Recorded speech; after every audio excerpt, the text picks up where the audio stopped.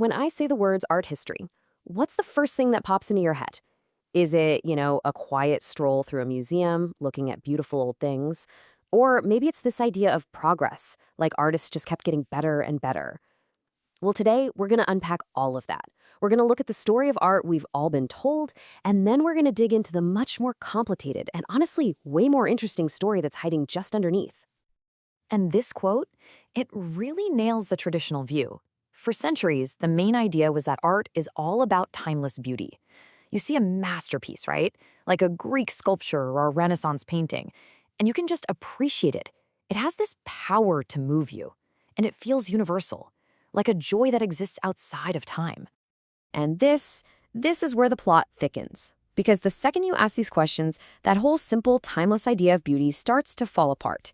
Is beauty really a universal truth, or is it something decided by a specific group of people, in a specific place, at a specific time?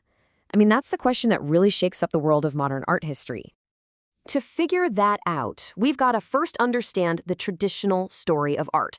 It's the one that laid the foundation for the whole field, and it's a story you probably know even if you've never cracked open an art history book. It's the story of the great, individual genius.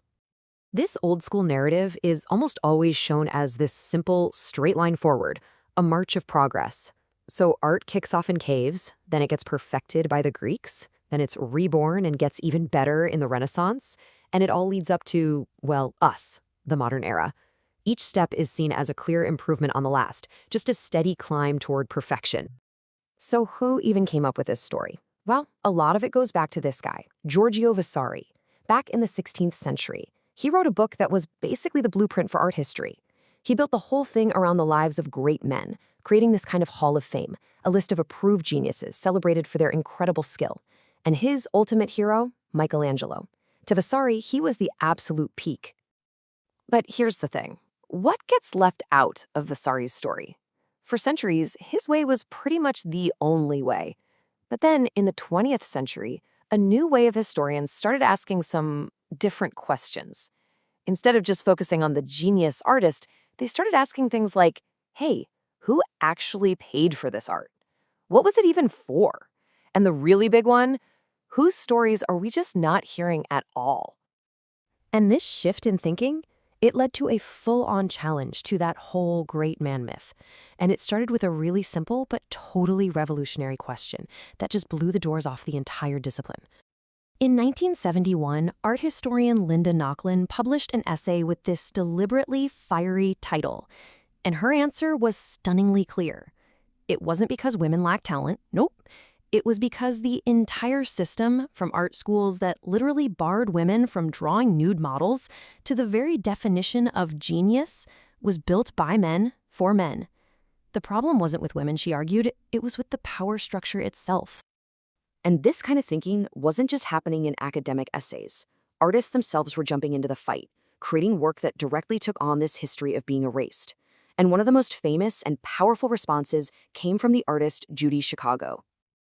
Instead of making just another painting or sculpture, Chicago created this incredible counterstory called The Dinner Party.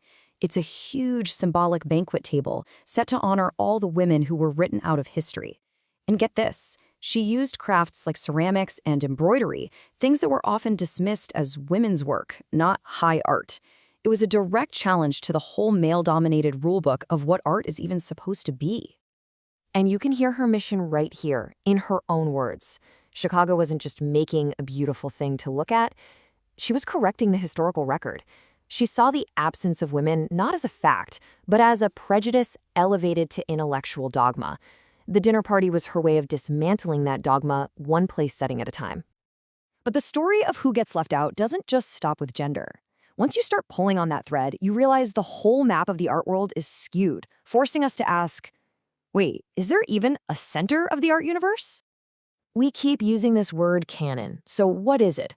Well, it's basically the accepted greatest hits list, the works of art that are considered essential. And for hundreds of years, that list has been almost exclusively European. Art from Africa or Asia or the Americas, it was often treated as a novelty, a curiosity, not as a part of the main story. And that created this massive double standard. You see it here. Western art gets a history, a context, a story of progress. But non-Western art, it often got slapped with these dismissive labels like primitive. It wasn't judged on its own terms. It was judged by how well it stacked up against a European ideal. And here is that ideal: the Apollo Belvedere. For centuries, this sculpture was it, the absolute pinnacle of beauty and skill. It became the yardstick, the gold standard that all other art depicting the human body was measured against. It was seen as pure, perfect, and the goal to strive for. But you have to ask, why? Why should one Roman copy of a Greek statue be the universal standard for all art, for everyone, for all time? What happens when we stop judging everything by this one very specific cultural ideal? So now look at this figure. It is not trying to be the Apollo Belvedere. It's not a failure to achieve realism. It's a complete success at achieving something totally different. It has its own sophisticated rules of beauty, its own spiritual purpose, its own rich cultural history. To call it primitive is to just completely miss the entire point. It's like judging a fish by its ability to climb a tree. Okay, so we've challenged the artist as hero myth, and we've questioned the Eurocentric map of the art world.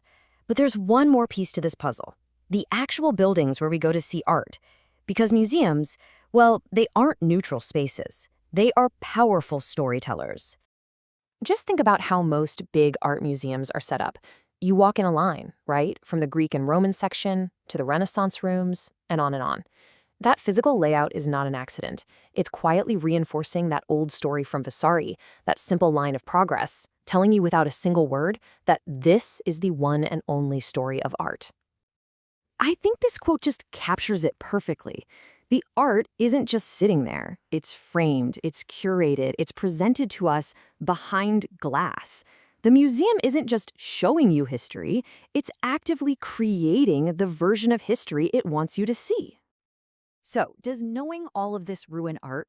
No way. If anything, it makes it so much richer. It transforms you from a passive viewer who's just being fed a story into an active, critical interpreter. It gives you the tools to see the story for yourself. So, the next time you're in a gallery, here's your new toolkit. Instead of just glancing at the artist's name on the label, ask yourself these 4 questions. Number 1, who paid for this and why? Number 2, why is this specific piece considered important enough to be in a museum? Number 3, what story is the museum trying to tell me by putting it here? And finally, the most important question of all, whose story is missing from this room? And that's really the big takeaway here. Art history isn't some dusty, finished book of facts about dead guys. It's a living, breathing, and often fierce debate about power, about identity, and about what we as a culture decide is valuable. It's a conversation that's always changing, and now it's one you're equipped to join. Because that's where the most interesting discoveries are usually found. Not in the story that's hanging neatly on the wall, but in all the stories that have been pushed just outside the frame.